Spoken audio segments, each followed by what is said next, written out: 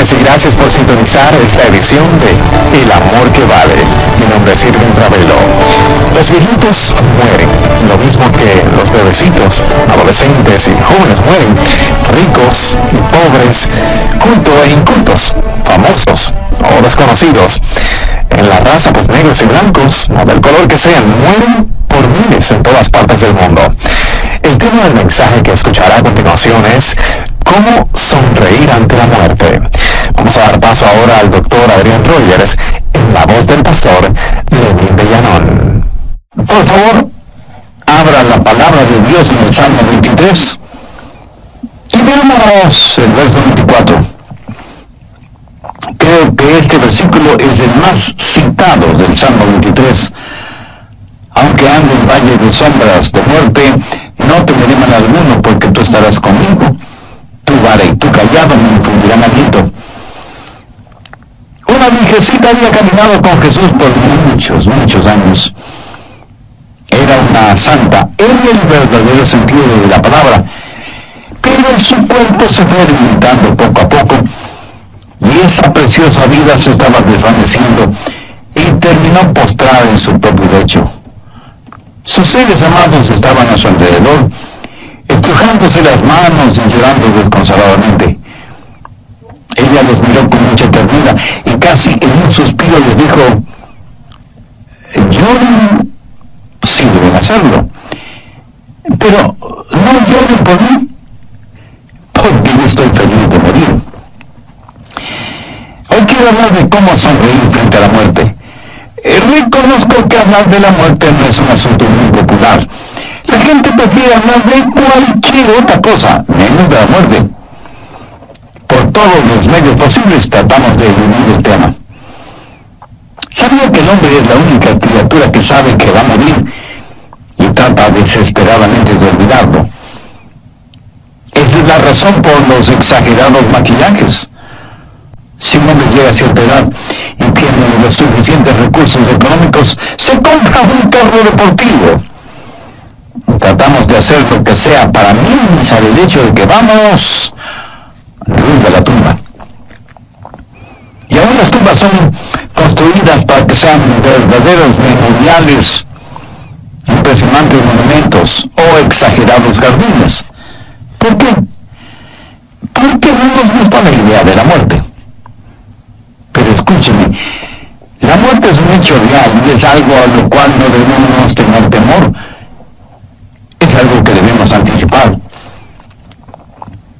Estoy seguro que David tuvo eso en mente cuando escribió esas palabras en el Salmo 23, verso 4. Habló del valle de sombra de muerte. Y ese valle existe en Palestina.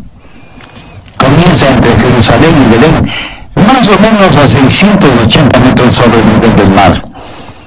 Hay un pequeño riachuelo que brota de un lado de la montaña. A veces ese riachuelo se transforma en un río cuyas aguas buscan el nivel del mar. Pero con el paso del tiempo se ha formado un abismo, un cañón rocoso en los montes de Judea. Y el pequeño hilito de agua que empezó arriba en las montañas fluye hasta llegar al nivel del mar muerto. Este abismo o cañón es conocido como el Valle de Sombra de Muerte porque es tan estrecho en algunos lugares que apenas tiene unos 3 metros de ancho. Y aún en los días completamente soleados está cubierto de sombras y hay oscuras cavernas. En tiempos bíblicos, esas cuevas eran el hábitat de osos, hienas, leopardos y, por supuesto, ladrones y asaltantes. Había lugares muy empinados de donde las ovejas podían caer y era un lugar tenebroso debido a las grotescas sombras que los cubrían, aun cuando el sol estuviera en su cenit. Pero era un valle muy útil porque durante el invierno, cuando no había mucha hierba, los pastores llevaban a sus ovejas a Jericó y las alimentaban en los verdes pastos que crecían en Jericó, aún durante el invierno. Cuando la primavera llegaba y las colinas de Judea reverdecían y se engalanaban con multicolores flores, los pastores guiaban a sus ovejas por ese valle hacia los montes que estaban cubiertos con abundante y verde hierba. todo esto sirvió de inspiración a David cuando escribió el Salmo 23, porque él mismo era un pastor, e indudablemente guió a sus ovejas por ese valle, el valle de sombra de muerte. Y David me está diciendo que lo que Jehová era para él lo era para sus ovejas. David había aprendido a sonreír frente a la muerte. Y yo quiero que usted aprenda a hacer lo mismo. Por eso le voy a dar 3 principios que le ayudarán en ese propósito. Primero, la muerte es un hecho real. La declaración de David, aunque ande en valle de sombra de muerte, pone en evidencia no la incertidumbre, sino la realidad de la muerte. Y aunque muchas veces nosotros tratamos de cambiar de tema, la Biblia dice en Hebreos 9:27, está establecido para que los hombres mueran una sola vez. Y después de esto, el juicio. Mi amigo, aquí se está hablando de una cita inevitable. Y en Romanos 5:12 leemos, por tanto, como el pecado entró en el mundo por un hombre, y por el pecado la muerte, así la muerte pasó a todos los hombres por cuanto todos pecaron. La única excepción para que usted no muera físicamente es si Jesús regresa primero. Pero si no es así, ciertamente usted, yo, todos nosotros moriremos. Por lo tanto, nos guste o no, la muerte es una inevitable realidad. Pero no solo es una inevitable realidad, sino que es una realidad incierta. Usted no sabe cuándo va a morir. Yo no sé cuándo voy a morir. David no sabía lo que iba a suceder de un momento a otro. Vivimos nuestra vida no solo un día a la vez, sino un paso a la vez. Y para ser más precisos, vivimos un segundo a la vez. Y aunque haya divinos y clarividentes y estafadores en este campo, nadie, lo repito, absolutamente nadie sabe cuándo va a morir, a menos que sea un criminal sentenciado a la pena capital, y aún no se puede cambiar. Los viejitos mueren, lo mismo que los bebecitos. Adolescentes y jóvenes mueren, ricos y pobres, cultos o incultos, famosos o desconocidos, negros o blancos, o del color que sean, mueren por miles en todas partes del mundo. La Biblia dice en Santiago 4, los versos 13 y 14, vamos ahora, los que decís, hoy y mañana iremos a tal ciudad y estaremos allí un año, y traficaremos y ganaremos, cuando no sabéis lo que será mañana, porque ¿qué es vuestra vida? Ciertamente es neblina que se aparece por un poco de tiempo y luego se desvanece. Ahora, por favor, note la admonición que encontramos en el verso 15. En lugar de lo cual deberíais decir, si el Señor quiere, viviremos y haremos esto o aquello. ¿Sabía que Dios no tiene que quitarle la vida? Lo único que tiene que hacer es dejar de dársela. ¿Lo entiende? Es gracias a la misericordia de Dios que no somos consumidos y que la vida es un regalo de Dios. La muerte es un hecho real e inevitable. Es algo incierto también, pero también es muy personal. David dijo, aunque anden, no dijo, aunque los demás anden, aunque anden valle de sombra de muerte. Cuando nosotros los pastores o predicadores les decimos a las personas que se preparen para morir, ¿saben lo que sucede en la mente humana? Piensa que nos referimos a las otras personas, no a ellos. Mi amigo, usted o yo podemos morir en cualquier momento. Y si usted piensa que goza de muy buena salud, ¿cuándo fue la última vez que se hizo un examen médico integral? Vivimos al filo de la eternidad. La muerte es, pues, un hecho real y muy personal. Segundo, la muerte es un enemigo derrotado. Aunque ande en valle de sombra de muerte, no temeré mal alguno. Y aquí tenemos algunas verdades cuando pensamos en la muerte como enemigo derrotado. Primero, el valle. puede haber valles y montañas. Es una imposibilidad geográfica.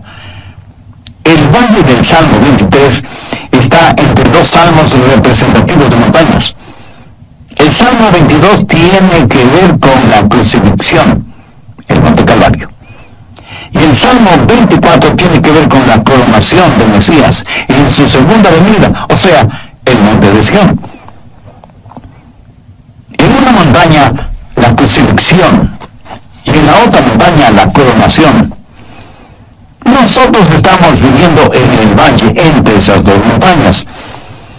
Recuerden que el Señor Jesucristo en el Nuevo Testamento está descrito 3 veces como el pastor. Como el buen pastor en Juan 10:11. El buen pastor que dio su vida por sus ovejas en el Monte Calvario. Luego en 1 de Pedro 5:4, Jesús es llamado el príncipe de los pastores, quien nos dará la corona incorruptible de gloria.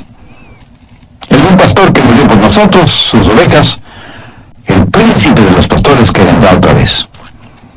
Y en Hebreos 13, en los versos 20 y 21, Jesús es llamado el gran pastor de las ovejas, que quiere decir el pastor que vive para mí.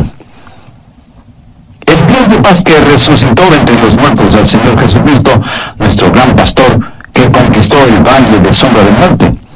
El buen pastor que vive por nosotros, el príncipe de los pastores que vendrá por segunda vez, el gran pastor que vive por nosotros porque venció la muerte, es quien caminó por el valle de sombra de muerte, entre los montes de la crucifixión y de la coronación. Segundo, no puede haber sombras si no hay luz. La muerte no es más que una sombra si usted conoce al Señor Jesucristo, porque Él fue la muerte de la muerte. Él le quitó el aguijón a la muerte. Jesús quitó lo sombrío de la tumba y nos ha dado una esperanza que es firme y segura. Las sombras pueden asustarle, pero no pueden hacerle daño. No puede haber sombras si es que no hay luz. Hubo un gran predicador cuya esposa murió siendo muy joven, dejando huérfana a su pequeña hijita y viudo a su esposo. La pequeña niña no entendía el significado de la vida y menos de la muerte. No entendía que Jesús murió por nuestros pecados y todas esas cosas. Días después del entierro de su joven esposa, el pastor y su hijita fueron de compras. La niña se quedó en el carro mirando el lugar en donde su padre había ido para comprar algo. De pronto, sobre la pared, vio la sombra de un camión. La sombra era mucho más grande que el camión, debido a que el sol ya estaba en el oeste. El padre de la niña salió del almacén, vio también la enorme sombra del camión y vio la mirada inquisidora de su hijita y decidió darle una lección objetiva. Le dijo: hija, si pudieras escoger, ¿qué preferirías? ¿Que la sombra del camión esté sobre ti o que el camión te atropelle? Y la niña le contestó: oh papá, eso es fácil. Prefiero que la sombra del camión caiga sobre mí a que el camión me caiga encima. Entonces su padre, abrazándole con mucho amor, le dijo: hijita, estás en lo cierto. Ahora escúchame. Solo la sombra de la muerte cayó sobre tu mamá. El camión, o sea, la muerte, cayó sobre Jesús hace más de 20 siglos. Tremenda lección, ¿no le parece? Jesús le quitó el aguijón a la muerte y victorioso le quitó la tristeza a la tumba. Y no puede haber sombra a menos que haya luz. Permítanme compartir con usted algunos versículos muy significativos. Isaías 9:2. El pueblo que andaba en tinieblas vio gran luz. Los que moraban en tierra de sombra de muerte, luz resplandeció sobre ellos. No hay sombra si no hay luz. Mi amigo, ¿se encuentra usted ahora mismo en algún valle de sombra de muerte? Pues mire hacia la luz. Si mira hacia la luz, la sombra estará a sus espaldas. usted ni siquiera la verá. Mire hacia la luz. No hay valle a menos que existan montañas, y no hay sombra a menos que exista luz. Tercero, no hay mal sin la existencia del bien. Aunque ande en valle de sombra de muerte, no temeré mal alguno, porque tú estarás conmigo. Aquí David está comparando la maldad frente al gran pastor de las ovejas, pero ¿qué es lo que David quiere decir con la frase, tú estarás conmigo? Recuerde cómo comienza el Salmo 23, Jehová es mi pastor. Y como ya lo he dicho anteriormente, Jehová es Yahweh. Palabra realmente impronunciable porque está compuesta de 4 consonantes. Yahweh era el más sagrado nombre de Dios que los judíos conocían. ¿Cuán sagrado, cuán reverente es el nombre de Dios para usted? Es más, tiene una relación personal con Dios por medio del Señor Jesucristo. ¿Qué importancia tiene en su vida la Biblia como la inspirada palabra de Dios? Si usted muriera hoy, le sonreiría la muerte. Si usted se siente desconcertado con esas preguntas, entonces es evidente que usted todavía no es salvo, y aunque esté vivo, espiritualmente está muerto en sus pecados. Por eso le invito a que ahora mismo haga la más trascendente decisión de su vida, porque de esta decisión depende su futuro eterno. Le invito a repetir conmigo la siguiente sencilla oración. Mi oración es para que le sirva de guía. Usted use sus propias palabras, pero dígalas con fe, con sinceridad, depositando toda su confianza en Dios, teniendo la absoluta certeza de que Él escuchará, porque, como bien lo dijera David, al corazón contrito y humillado no despreciarás tú, oh Dios. Así que, ore conmigo de la siguiente manera. Querido Dios, confieso que sí tengo temor de morir, sin que mis pecados hayan sido perdonados. Por eso vengo a ti en busca de ayuda, de gracia, de misericordia, que nadie ni nadie me la pueden dar, sino únicamente tú. Amado Señor Jesús, sé que tú entregaste tu propia vida en la cruz del Calvario, no para tu beneficio propio, sino para pagar la culpa de mis pecados, para perdonarme. De este mensaje dije que primero la muerte es un hecho real. La declaración de David, aunque ande en valle de sombras de muerte, pone en evidencia no la incertidumbre, sino la realidad de la muerte. Y aunque muchas veces nosotros tratamos de cambiar de tema, la Biblia dice en Hebreos 9:27, está establecido para que los hombres mueran una sola vez, y después de esto el juicio. Mi amigo, aquí se habla de una cita inevitable. En Romanos 5:12 leemos, por tanto, como el pecado entró en el mundo por un hombre y por el pecado la muerte, así la muerte pasó a todos los hombres por cuanto todos pecaron. La única excepción para que usted no muera físicamente es si Jesús regresa primero. Pero si no es así, ciertamente usted, yo, todos nosotros moriremos. Por lo tanto, nos guste o no, la muerte es una inevitable realidad. Segundo, no puede haber sombras si no hay luz. La muerte no es más que una sombra si usted conoce al Señor Jesucristo, porque Él fue la muerte de la muerte. Él le quitó el aguijón a la muerte. Jesús quitó lo sombrío de la tumba y nos ha dado una esperanza que es firme y segura. Las sombras solo pueden asustarle, pero no pueden hacerle daño. Tercero, no hay mal sin la existencia del bien. Aunque ande en valle de sombra de muerte, no temeré mal alguno, porque tú estarás conmigo. Aquí David está comparando la maldad frente al gran pastor de las ovejas. Pero ¿qué es lo que David quiere decir con la frase, tú estarás conmigo? Recuerde cómo comienza el Salmo 23, Jehová es mi pastor. Y como ya lo he dicho anteriormente, Jehová es Yahweh. palabra realmente impronunciable porque está compuesta de 4 consonantes. Yahweh era el más sagrado nombre de Dios que los judíos conocían. Cuando no queremos hacer algo, aunque Dios mismo sea el que nos ordena hacerlo, buscamos cualquier excusa para eludir la responsabilidad que Dios nos está asignando. Las páginas de la Biblia en el Antiguo y Nuevo Testamentos están abarrotadas de ejemplos. Adán, Eva, Moisés, Jonás, Pablo, Santiago, etcétera, etcétera. Parece que los seres humanos somos naturalmente profesionales en esto de presentar excusas o disculpas para no hacer lo que Dios nos ha mandado hacer. El capítulo 3 de Éxodo describe detalladamente la conversación entre Dios y Moisés, las órdenes de Dios y la cantidad de excusas por parte de Moisés para evadir la orden que Dios le había dado. Señor, ¿no puedo ir? ¿No me creerán?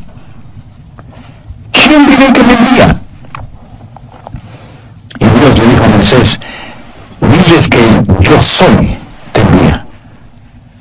Yo soy el gran Dios eterno y personal, sin principio ni fin. No soy el que fui o el que seré.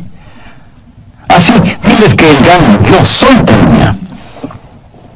Diles que Jehová, Yahweh, es mi poderoso nombre.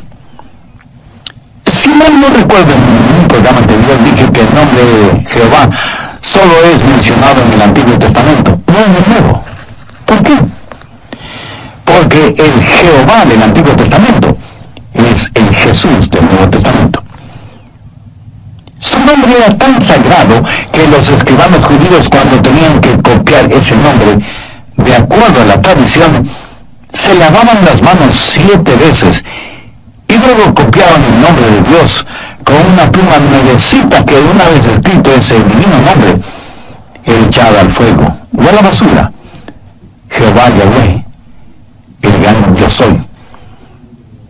¿Sabe que el nombre Jesús significa Jehová salva? Permítame darle un trasfondo de esto. ¿Recuerda cuando Moisés ya no podía liberar al pueblo de Israel? Entonces eligió a Josué para que lo reemplazara.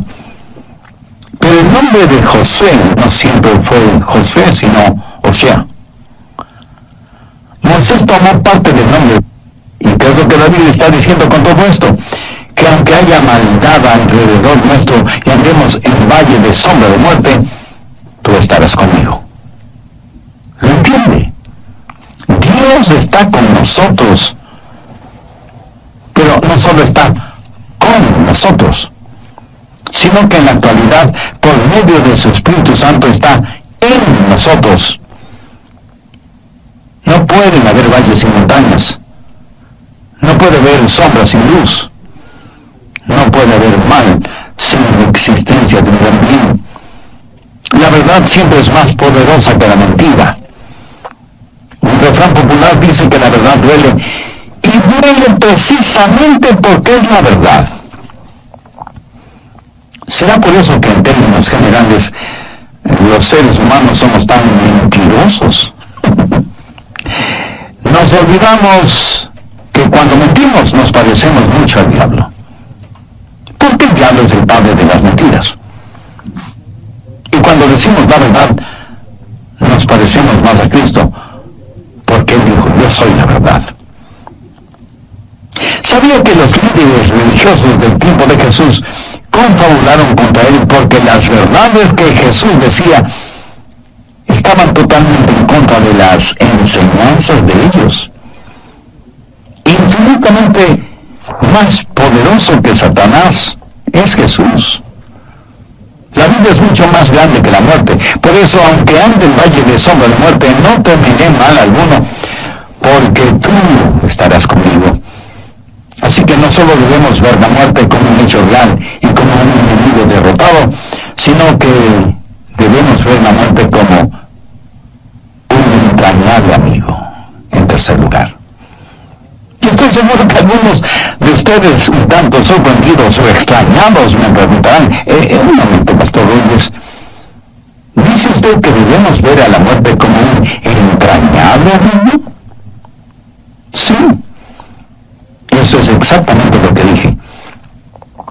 Mira, cuando estuve preparando este estudio bíblico, quise cambiar esa frase. No me gustaba mucho eso de referirme a la muerte como un entrañable amigo, pero luego decidí dejarlo como originalmente lo había pensado, un entrañable amigo. Permítame compartir con usted unos versículos muy interesantes. Primera de Corintios 3, los versos 21 y 23. El apóstol Pablo nos dice lo que tenemos en Cristo. Los hermanos en la iglesia de Corinto habían estado argumentando y discutiendo qué predicador era el mejor. Y unos decían que Pablo, otros que Pedro, otros que Apolos, otros que Cefas, y así por el estilo. Era evidente que cada uno de los miembros de la iglesia tenía su predicador favorito. Y para corregir esa situación, Pablo les dice, ninguno se gloríe en los hombres, porque todo es vuestro. Sea Pablo, sea Apolo, sea Cefas, sea el mundo, sea la vida, sea la muerte, sea lo presente, sea lo porvenir, todo es vuestro, y vosotros de Cristo y Cristo de Dios. Note que entre las cosas hermosas que Pablo dice que nos pertenecen, está la muerte. La muerte es una de nuestras posesiones más preciosas. Pablo no piensa en la muerte como un enemigo, sino como un sirviente. En el Salmo 116:15, el salmista escribió, estimada es a los ojos de Jehová la muerte de sus santos.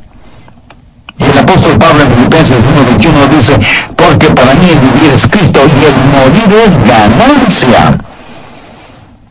Para Pablo el morir, aún desde el punto de vista físico, era ganancia. ¿Por qué? Porque nuestro cuerpo, si somos salvos, será hecho como el del Señor Jesucristo. Intelectualmente es una ganancia porque conoceremos como somos conocidos. Emocionalmente será una ganancia porque seremos capaces de alabar a Dios con todo nuestro ser. Socialmente será una ganancia porque estaremos con los santos de todas las edades y estaremos frente a frente a nuestro Salvador. Y espiritualmente será una ganancia porque ya no seremos afectados por la tentación y el pecado y habitaremos con el Señor para siempre, siendo uno con Él mismo, como nunca antes. ¿Qué es lo que hará posible la realidad de esta relación? La muerte. ¿Lo entiende? La muerte no es mi enemigo si me ayuda a llegar a un lugar como ese. ¿Cuánta razón tuvo Pablo al decir, para mí el vivir es Cristo y el morir es ganancia? David pensó de la muerte como una amiga. Aunque ande en valle de sombra de muerte, no temeré mal alguno porque tú estarás conmigo. Note que aquí David habla de la presencia del pastor. Tú estarás conmigo. Hasta este momento David ha estado hablando de Jehová. Jehová es mi pastor, nada me faltará. En lugares de delicados pastos me hará descansar. Junto a aguas de reposo me pastoreará. Confortará mi alma, me guiará por sendas de justicia por amor de su nombre. Tu vara y tu callado me infundirán aliento. Pero cuando él está en el valle, ya no habla de Dios, sino que ahora habla con Dios. Habla de la presencia de Dios, de estar frente a frente a Dios, porque Dios está con él aún en el valle de sombra de muerte. La presencia del pastor. Pensemos en eso.